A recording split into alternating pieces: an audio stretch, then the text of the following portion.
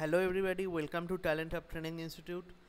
আজকে আমি তোমাদের জন্য একটা খুব স্পেশাল ট্রিক নিয়ে এসেছি, যেই ট্রিকের মাধ্যমে তোমরা বুঝতে পারো কিভাবে তোমরা একটা কলমের মধ্যে যদি টেক্সট আর নাম্বার একসাথে এন্ট্রি করা থাকে। যেরকম এই ক্ষেত্রে দেখো আমি এখানটায় কিছু ডেটা ম্যানুপুলেট করে রেখেছি। যদি আমি 500 নিচে চলে যাই না, তাহলে দেখবে টেক্সট ডেটা টাইপ নেই, দেখো এখানে নাম্বার ডেটা টাইপ আছে।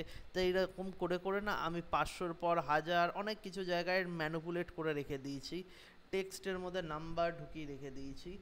আমি সেটাকে এক্সাম্পল হিসেবে এখানটায় রেখেছি। দেখো শিপ মোড একটা আছে আর একটা অ্যামাউন্ট। তো শিপ মোড তো আছে এবং শিপ মোডটাকে আলাদা করতে হবে, বেসিক্যালি টেক্সটটাকে আলাদা করতে হবে এই কলমে, আর অ্যামাউন্টটাকে আলাদা করতে হবে এই কলমে। কিভাবে আমরা করব? আমরা যদি ধীরে ধীরে নাম্বার সার্চ করে করতে যাই, তাহলে মারাত্মক মুশকিলে পড়ে যাব। তো এইটা সলভ করার জন্য না আমাদের কাছে একটা সহজ উপায় আছে। সেই উপায়টা কি? দেখো, আমরা যেখান থেকে কপি করতে চাই না, আলাদা করতে চাই টেক্সট এবং নাম্বারকে, আমরা কি করব, যেখান থেকে ডেটাটা স্টার্ট হয়েছে সেখান থেকে কন্ট্রোল শিফট ডাউন অ্যারো করে হোল সিলেকশন করে নেব। ঠিক আছে, সিলেকশন করে নেওয়ার পর কন্ট্রোলের সাথে জি প্রেস করে দেবো। তারপরে স্পেশালে চলে যাব। স্পেশালে গিয়ে দেখো এখানটায় গো টু স্পেশাল মেনু খুলে গেছে।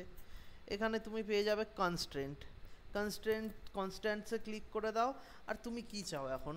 আমি ধরো এখানটায় এখন চাইছি যে আমি চাইছি টেক্সটগুলো কপি হোক, মানে ক্যারেক্টারগুলো কপি হোক, মানে স্ট্রিংগুলো কপি হোক। তো আমি টেক্সটের চেকবক্সটা ক্লিক করলাম, বাকিগুলো সরিয়ে দিলাম, ওকে করি, ওকে করলাম।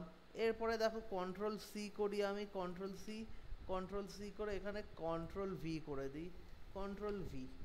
তো এতে কি হবে দেখো, আমার টেক্সটের সিলেকশনটা কত দূর অবধি হয়েছে একটুখানি তোমরা দেখে নাও।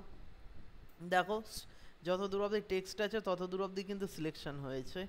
আবার তারপরে কেটে গিয়ে যত দূর আবার নিচ থেকে টেক্সট আছে সেখান থেকে কিন্তু সিলেকশন হয়েছে, মানে যে যে জায়গায় টেক্সট পেয়েছে সেগুলোকে সিলেকশন করেছে। তো এভাবে আমরা টেক্সটকে আলাদা করতে পারি, ঠিক এভাবে আমরা নাম্বারকেও আলাদা করতে পারি। কি করব, হোল সিলেকশন করে নেব সবার প্রথমে। হোল সিলেকশন করে নিয়ে control plus G, go to special menu, চলে গেলাম, কনস্ট্যান্টসে চলে যাব। এরপর সবকটা আনচেক করে দিয়ে নাম্বারটাকে চেক করে দেব, ওকে করি। দেখো আমার নাম্বার থেকে যেখানে আছে না, নাম্বার যেখান থেকে আছে সেখান থেকে সিলেকশন হয়ে গেল। এবার আমি কন্ট্রোল সি করে নিই, কপি করে নিয়ে এই পাশে পেস্ট করে দিই, তো এতে কি হলো, আমরা কি কাজ করলাম, টেক্সটটার নাম্বার এক জায়গায় ছিল, যেটাকে ফাইন্ড আউট করে ধীরে ধীরে করা খুবই মুশকিল, সেটা আমরা এক্সেলের সাহায্যে খুব সহজেই আলাদা করে দিলাম। তবে হ্যাঁ, এর জন্য এই ট্রিক্সটা জানতে হবে, না হলে করা একটু মুশকিল আছে। ঠিক আছে, তো আই হোপ তোমাদের এই ভিডিওটা পছন্দ হয়েছে।